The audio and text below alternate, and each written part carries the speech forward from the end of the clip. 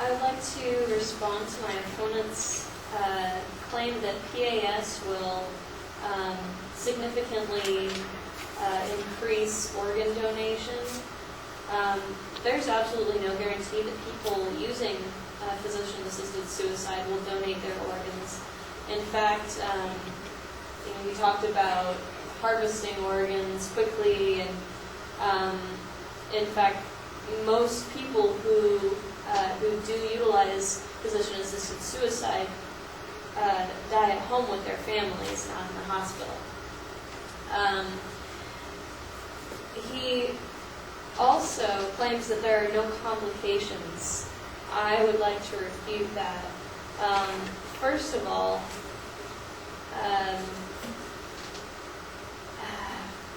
Robert Orr,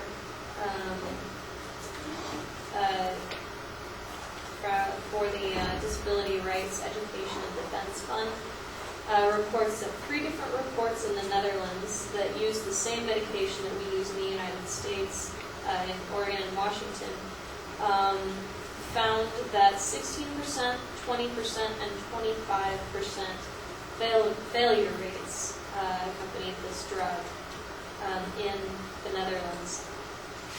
Also, there was multiple cases, but here's just one case in Oregon where David Pruitt took a full dosage and woke up after 65 hours saying, "Why am I not dead yet?" He decided not to repeat the unsettling experience and died 3 weeks later.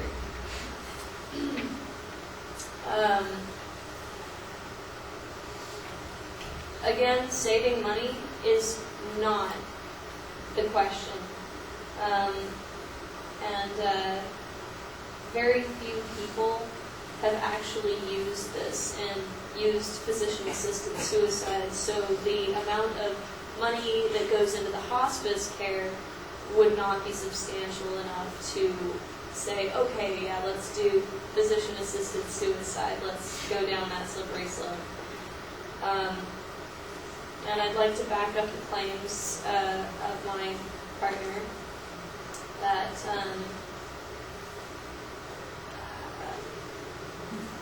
that the Death with Dignity Act is not a good law. The supposed safeguards are illusory, and according to Marilyn Golden with Disability Rights Education and Defense Fund,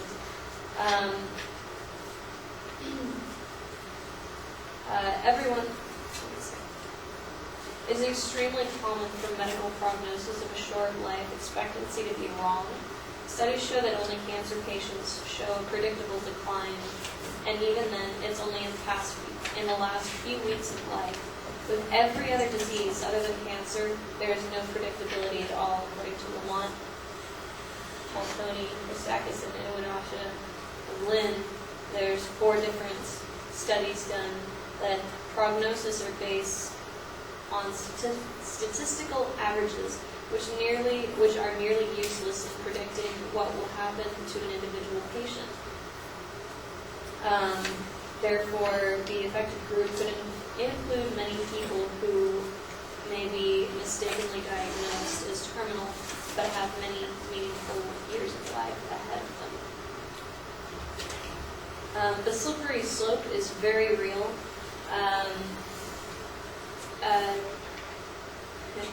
In the past 2 decades, the Netherlands has moved from assisted suicide to euthanasia, from euthanasia to the terminally ill, to euthanasia for the chronically ill, euthanasia for physical illness, to euthanasia for psychological distress, and from voluntary to involuntary euthanasia. Once the Dutch accepted the assisted suicide, it was not possible legally or morally to deny more active medical euthanasia to those who could not affect their own deaths.